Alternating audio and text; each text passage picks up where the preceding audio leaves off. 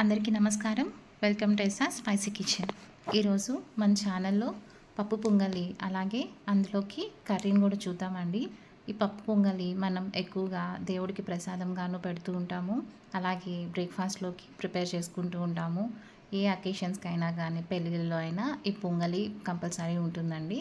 అలాగే ఈ మధ్య పులుసుతో కూడా సర్వ్ చేస్తున్నారు.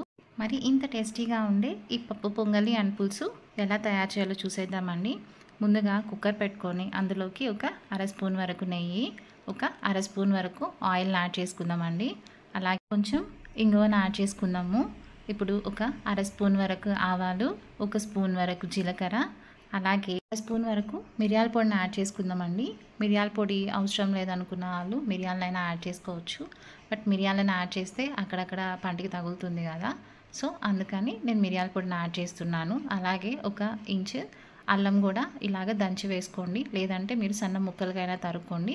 ఇలా దంచి వేయడం వల్ల తినేటప్పుడు అక్కడక్కడ పంటికి తగలకుండా ఉంటుంది. సో ఇట్లా అల్లం మొత్తం పచ్చివాసన పోయేంత వరకు వాడనివ్వండి. ఇప్పుడు ఒక 2 పచ్చిమిర్చిని అలాగే ఒక చిన్న ఆనియన్ ఇలా పొడవుగా కట్ చేసుకొని, అలాగే కొంచెం కరివేపాకును కూడా వేసేసి ఈ ఆనియన్స్ మొత్తం కలర్ చేంజ్ అయ్యేంత వరకు కొంచెం సేపు వాడనివ్వండి. ఈ ఆనియన్స్ అంతా ఒక 2 మినిట్స్కి బాగా మగ్గిపోయింది. ఇప్పుడు ఒక గ్లాస్ బియ్యము, అర గ్లాస్ వరకు పెసరపప్పు తీసుకొని ఒక 15 నిమిషాల ముందు నానబెట్టి కడిగి పెట్టేశానండి. ఇప్పుడు ఈ బియ్యము అలాగే పెసరపప్పును మొత్తం కుక్కర్లోకి యాడ్ చేసేసుకున్నాము. ఒకసారి మొత్తం అంతా మిక్స్ చేసేసి ఈ వాటర్ మొత్తం డ్రై అయ్యే వరకు ఒకసారి కలపండి. ఒక 1 or 2 మినిట్స్ సరిపోతుంది. ఇప్పుడు కొంచెం కల్లుప్పును యాడ్ చేసుకుందామండి. అలాగే వాటర్ను కూడా పోసేసుకుందాము. 1.5 గ్లాసు బియ్యము పెసరపప్పుకి నేను 3.5 గ్లాస్ వరకు నీళ్ళని పోసుకున్నానండి. మామూలుగా అయితే 3 గ్లాసు పోసుకుంటే కొంచెం గట్టిగా వస్తుంది. పొంగలి కొంచెం పలచగా రావడం కోసం నేను ఇంకొక అర గ్లాసు నీళ్ళని యాడ్ చేశాను. ఒకసారి మొత్తం మిక్స్ చేసేసుకొని ఇప్పుడు ఉప్పు సరిపోకుంటే ఉప్పు వేసేసుకొని కుక్కర్ విజిల్ పెట్టేసేసి ఒక 3 విజిల్స్ రానివ్వండి. 3 విజిల్స్ వచ్చిన తర్వాత చూడండి పొంగలి అంతా బాగా ఉడికిపోయింది. ఒకసారి ఇలా మొత్తం మిక్స్ చేసేసుకుందామండి. అంతేనండి, ఎంతో టేస్టీగా ఉండే పప్పు పొంగల్ రెడీ. ఇప్పుడు మనం ఇందులోకి కర్రీ ఎలా ప్రిపేర్ చేయాలో చూసేసుకుందాము. ఒక బాండెల్ పెట్టి అందులో ఒక 2 స్పూన్ల వరకు పచ్చెనగపప్పును యాడ్ చేయండి. అలాగే ఒక స్పూన్ వరకు ధనియాలు, ఒక స్పూన్ వరకు జీలకర్ర, ఒక 4 నుంచి 5 ఎండుమిర్చిని కూడా యాడ్ చేసేసుకొని ఇవి మొత్తం బాగా వేగనివ్వండి. ఒక 2-3 నిమిషాలకి ఇవి బాగా వేగిపోతుంది. ఇప్పుడు వీటినంతా చల్లారబెట్టేసేసి మెత్తగా మిక్సీ పట్టేసుకొని పక్కన పెట్టేసుకోండి.